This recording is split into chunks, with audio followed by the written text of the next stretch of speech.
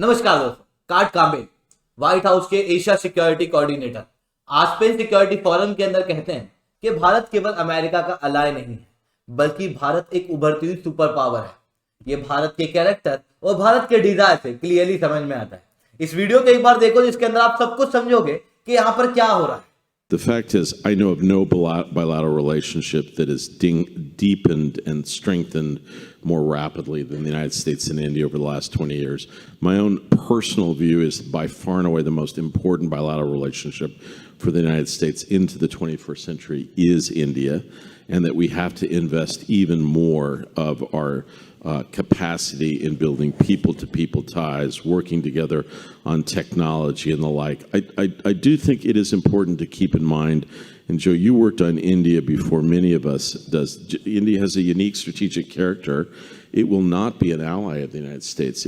It has a desire to be an independent, powerful state. It will be another great power, but I think there are reasons to believe that our strategic alignment is growing across the board in almost every arena.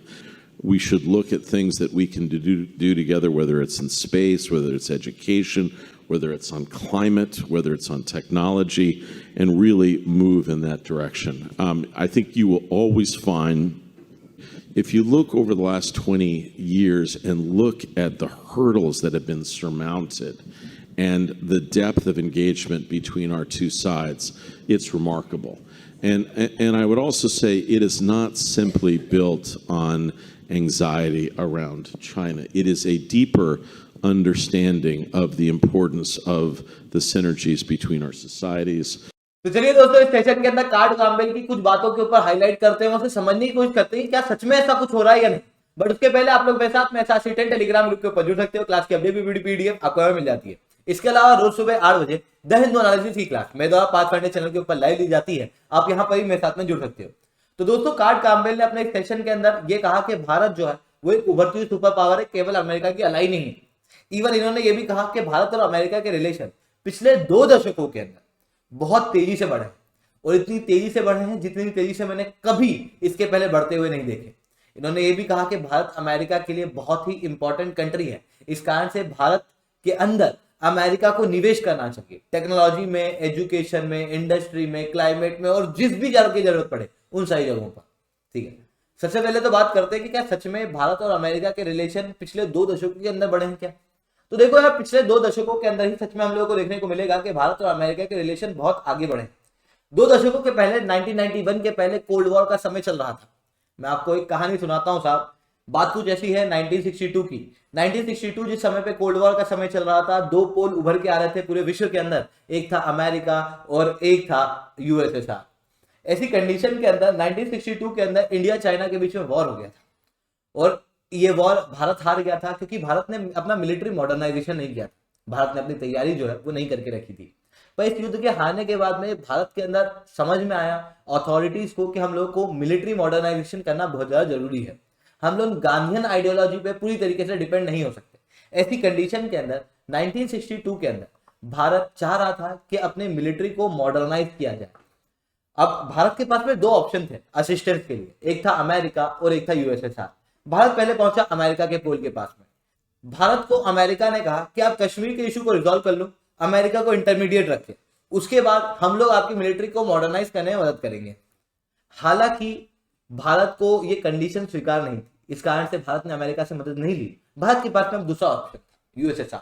उस समय पे हम लोग USSR के पास गए और USSR ने unconditional रूप से भारत की मदद की। जब भारत की मदद यूएसएसआर द्वारा की गई तो यूएसएसआर ने भारी मात्रा में भारत को डिफेंस इक्विपमेंट दिए। भारत के 90% डिफेंस इक्विपमेंट जो है वो यूएसएसआर से आते थे। 1965 से 71 के बीच में भारत के 2 युद्ध हुए पाकिस्तान के साथ में। इस दौरान में अमेरिका भारत की तरफ रहा नहीं, इस दौरान में अमेरिका रहा पाकिस्तान की तरफ। इवन इस दौरान में चाइना भी अमेरिका के साथ हो चुका था, यानी कि एक एक्सिस बन चुकी थी चाइना, अमेरिका और पाकिस्तान की। उस दौरान में भारत ने मदद ली थी यूएसएसआर की। 1971 के अंदर भारत यूएसएसआर के साथ में फ्रेंडशिप ट्रीटी कर लेता है, जो क्लियरली दर्शाता है कि भारत और अमेरिका के रिलेशन इस समय बहुत अच्छे नहीं थे। 1974 के अंदर भारत अपनी न्यूक्लियर टेक्नोलॉजी को टेस्ट करता है। जब अपनी न्यूक्लियर टेक्नोलॉजी को भारत डेवलप कर रहा था तो उस समय पे भारत को चाहिए था हैवी बॉटम। और हैवी वाटर भारत का आता था अमेरिका और कनाडा से। पर जो अमेरिका और कनाडा से हैवी वाटर आता था, इस अमेरिका और कनाडा को लग रहा था कि भारत तो न्यूक्लियर वेपन डेवलप कर देगा। अब आप लोगों को बहुत अच्छे से पता है कि अमेरिका और जितने भी डेवलप देश हैं, ये कभी नहीं चाहते कि कोई और देश न्यूक्लियर वेपन डेवलप करे। इस कारण से अमेरिका ने क्या किया, भारत का हैवी वाटर का सप्लाई बंद कर दिया, जिसके बाद भारत फिर यूएसएसआर के पास पहुंचा और यूएसएसआर हमारा ट्रेडिशनल पार्टनर, उसने भारत की मदद की और उसके बाद में भारत को हैवी वाटर मिला। भारत ने न्यूक्लियर टेक्नोलॉजी को डेवलप किया। पर हुआ कुछ ऐसा कि 1991 के अंदर यूएसएसआर टूट चुका था, डिसइंटीग्रेशन हो चुका था, कोल्ड वॉर खत्म होने की नौबत आ रही थी। उस दौरान में पूरा वर्ल्ड यूनिपोलर हो रहा था। यूएसएसआर के अंदर से एक बड़ा देश उभर के आया था रशिया, पर ये रशिया अपनी ही अंदर की दिक्कतों के अंदर उलझा हुआ था। ऐसी कंडीशन में भारत को सपोर्ट चाहिए था अमेरिका का। ऐसी कंडीशन में भारत और अमेरिका के रिलेशन जो है वो डेवलप होना शुरू हुए। 1992 के अंदर भारत और अमेरिका ने पहली बार एक्सरसाइज की, मालाबार एक्सरसाइज की। उसके बाद अमेरिका और भारत और ज्यादा क्लोज आते चले गए।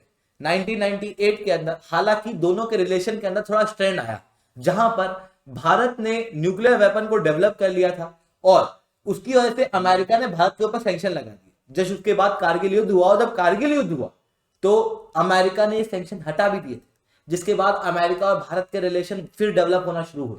जिसके बाद इजराइल, यूरोपियन यूनियन, कनाडा, इन सबसे बायलैटरल रिलेशन को डेवलप करने में अमेरिका ने भारत की मदद की। न्यूक्लियर सप्लाई ग्रुप के अंदर भारत भाग नहीं था, पर भारत न्यूक्लियर डोमेन के अंदर कोलैबोरेट करना चाहता था दूसरे देशों के साथ। उस समय पे अमेरिका ने भारत की मदद की थी कि बिना न्यूक्लियर सप्लाई ग्रुप के भाग बने बगैर आप किस तरीके से न्यूक्लियर डोमेन के अंदर काम कर सकते हो, क्योंकि न्यूक्लियर सप्लाई ग्रुप के अंदर हम लोगों को चाइना घुसने दे नहीं रहा था। तो ये प्रॉब्लम हम लोगों को देखने को मिल रही थी, जिस दौरान में भी अमेरिका ने भारत की मदद की थी। जिसके बाद अमेरिका और भारत के रिलेशन बहुत बड़े पैमाने पर डेवलप हुए।